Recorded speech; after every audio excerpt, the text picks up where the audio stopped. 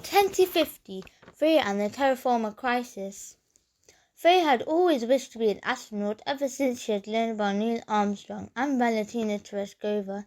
Her dream was to explore among the stars and wonder the unknown universe.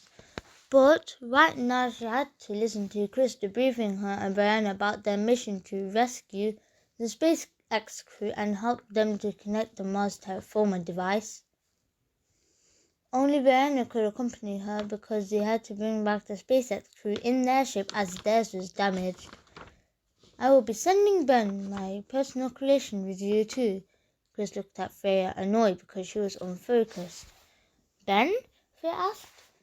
Yes, Ben is my T-Rex robot, and he will be your guide since you don't have a full crew for the mission, Chris said while exiting the spaceship. Good luck, ladies. The journey to Mars should be uneventful as they now had the capability to use jump points to travel across space faster. As soon as they had reached the jump point, it would only take a matter of days to reach Mars. However, a matter of days was 2 weeks to arrive at their destination. A week into their journey, Freya was preparing some food using the replenishment generator when Ben began squawking. At least that's what it sounded like. What is it? Brianna asked Freya, startled. I think it's Ben. Let's go and see, Freya replied, and switched off the device as they both went to see what Ben was doing. What's the matter, Ben? Brianna asked.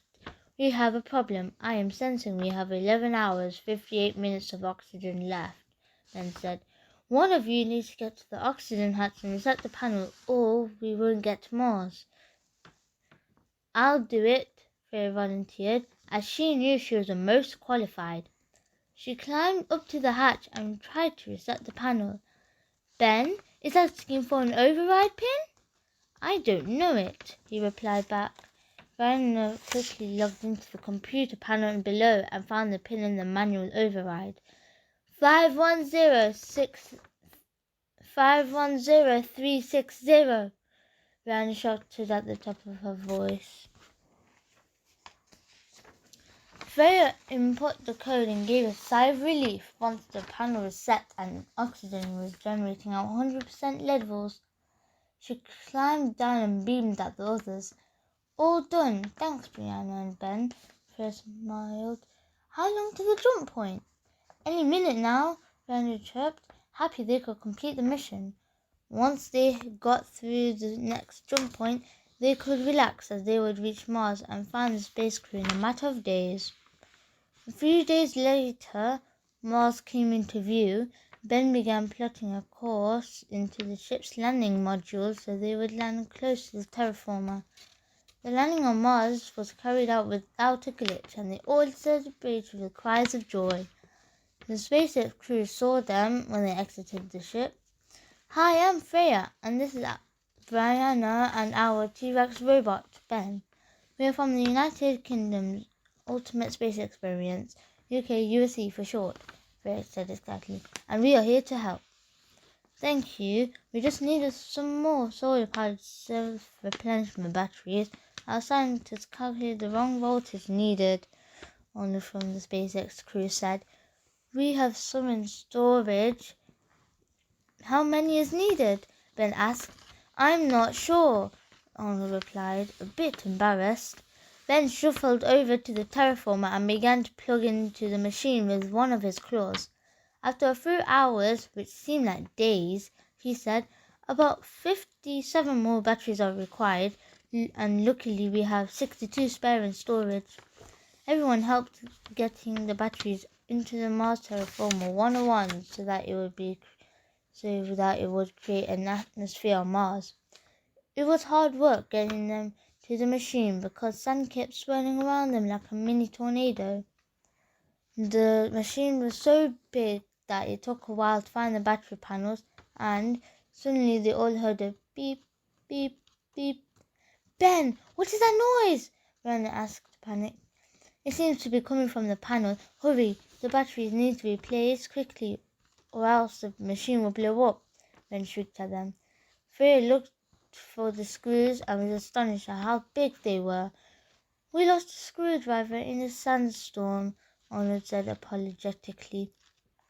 "Don't worry," Ben replied while he twisted his leg around. His foot came off and his leg now resembled a huge screwdriver. "Boy, am I glad you came along, Ben," Ben and Freya said together. "Lift me up to the screws and I will open the panel. Hurry, we still don't have much time," Ben shouted. The beep beep noise was making everyone nervous and they worked a lot more quickly. They finally put the last battery in and Brian took out a laser pen and wrote UKUSC and SpaceX on the panel to mark the occasion. "I always carry my laser pen everywhere," she explained when everyone was staring at her. Leo shrugged and cheered. It was very important to get the terraformer working. Earth was becoming very nearly uninhabitable with it heating up every year and all the pollution humans had created before they had created self-sustained, self-replenishing energy. It was too late to save Earth, but they could make Mars a new home by terraforming it and creating an inhabitable atmosphere. The SpaceX crew had to leave their ship behind as it was damaged, and they all boarded the UKUSC ship to return home. Now the mission was a success. Freya and Diana made sure everyone was comfortable and then plotted the return journey back home to Earth.